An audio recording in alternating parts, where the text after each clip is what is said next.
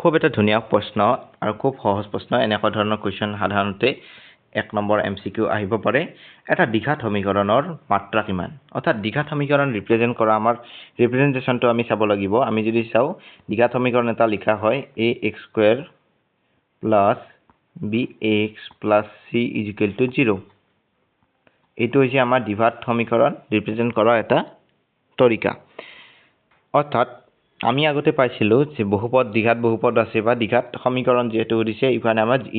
0 আহি গৈছে গতিকে ইয়াৰ ক্ষেত্ৰত আমি যদি চাও ইয়াৰ আমাৰ মাত্ৰা কিমান অৰ্থাৎ মাত্ৰা হৈ যাব মাত্ৰা হ'ব x ৰ